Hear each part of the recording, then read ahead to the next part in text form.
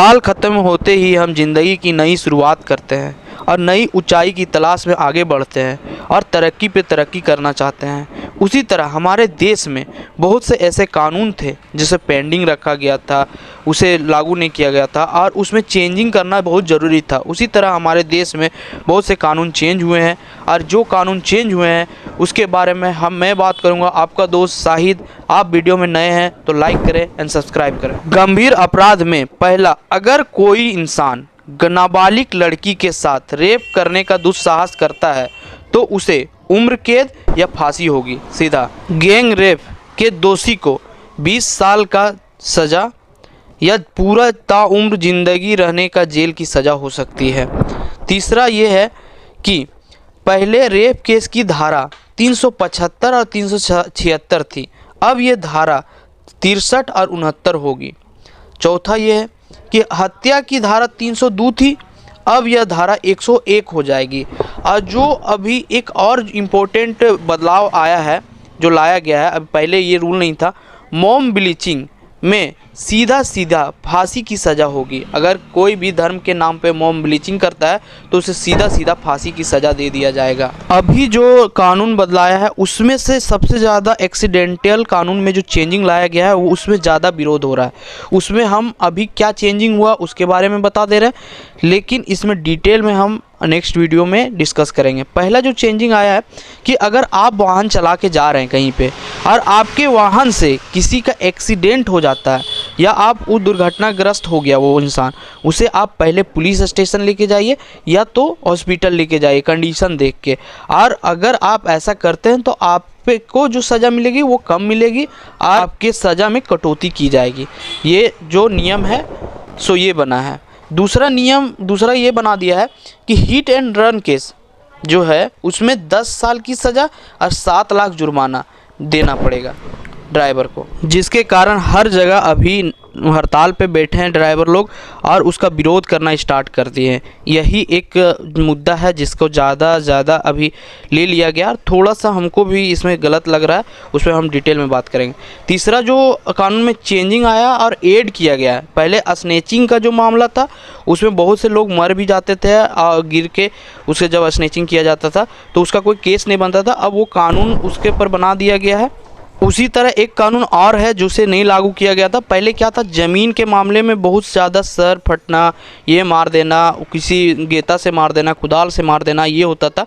लेकिन अब क्या है, सिर पर अगर लाठी मारने से किसी आदमी का सामान्य मतलब उसका माइंड का स्थिति ख़राब हो जाती है तो उस विक्टिम का ब्रेन डेड पाया गया तो उस इंसान को दोषी मान के 10 साल की सज़ा दी जाएगी सरकार। ट्रायल के मामले में भी बहुत सारे कानून चेंज किए गए हैं। जैसे ट्रायल क्या है कि अगर कोर्ट पास कोई केस गया और अगर वो चीज़ का सुनवाई नहीं किया जाता था उसे ट्रायल कोर्ट में डाल दिया जाता था, जिसमें से अभी तक 5 करोड़ केस उसमें गया है, जिसमें से 4 करोड़ 44 लाख अभी भी ट्रायल कोर्ट में ही चल रहा है। तो इसीलिए जल्दी काम हो इसके कारण से चेंजिंग किया गया है। पहला चेंजिंग ये है, अगर किसी व्यक्ति को गिरफ्तार करती है कोई भी पुलिस और उसका पहले क्या था, गिरफ्तार करने के बाद उसके परिवार को नहीं बताया जाता था, अब इसका जानकारी उसको देना है, ये पहला नियम बना दिया है। दूसरा नियम ये है, अगर किसी का केस होती है तो 90 दिनों में उस विक्टिम के साथ क्या क्या काम हुआ, उसके साथ क्या क्या प्रोसीजर हुआ, क्या काम हो रहा, वो विक्टिम को बताना ज़रूरी होगी। और तीसरा जो है, पहले क्या करता था, कोई यहाँ से क्राइम किया और दूसरे देश जाके छिप जाता था, जैसे अमेरिका हो गया, पाकिस्तान हो गया, अफ़गानिस्तान हो गया, ज़्यादातर पाकिस्तान अफ़गानिस्तान में जाके छिपते थे। तो अगर वो नहीं आया 90 दिन में कोर्ट में आके हाजिरी, अपने आप को सरेंडर नहीं किया केस को, तो उस पर भी ट्रायल चलेगी और चलते रहेगी उस पर उसके गैर मौजूदगी में भी। फिर चौथा आ गया, गंभीर मामलों में अगर वो अपराधी है और उसका बिहेवियर अच्छा देखा गया तो आधा सज़ा के बाद भी उसे रिहा कर दिया जाएगा। 5वां पॉइंट ये है, अगर ट्रायल कोर्ट को फैसला अधिकतम 3 साल के अंदर देना है, कोई भी केस गया है उसे 3 साल के अंदर उसका फैसला देना पड़ेगा।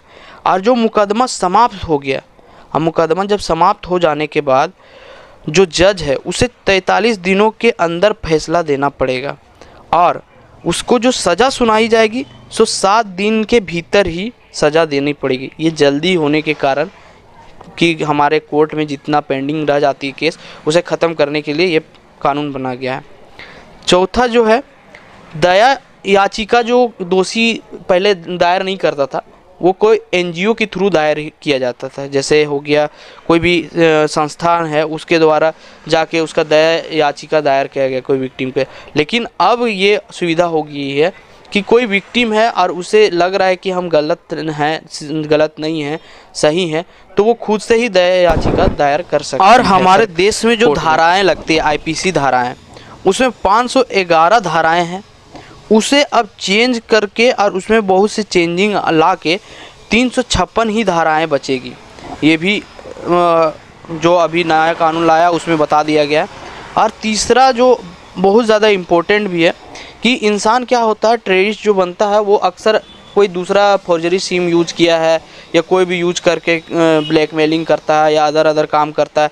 साइबर क्राइम में भी उसका रिपोर्ट आता है, और साइबर क्राइम का भी कुछ कानून डाला गया है इसमें। और फर्जी सिम का क्या है, अगर कोई इंसान फर्जी सिम लेता है तो उसे 3 साल की सज़ा और 50 लाख तक की जुर्माना देना होगा।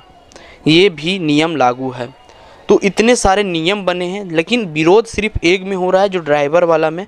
और जो नियम बना है उस पर हम डिटेल में बात करेंगे और डिटेल में समझेंगे नेक्स्ट वीडियो में। और चैनल में नए हैं तो भाई सब्सक्राइब करो यार, बहुत मेहनत लगती है, समझना पड़ता है, पढ़ना पड़ता है, उसके बाद बनता है video. Thank you watching this video.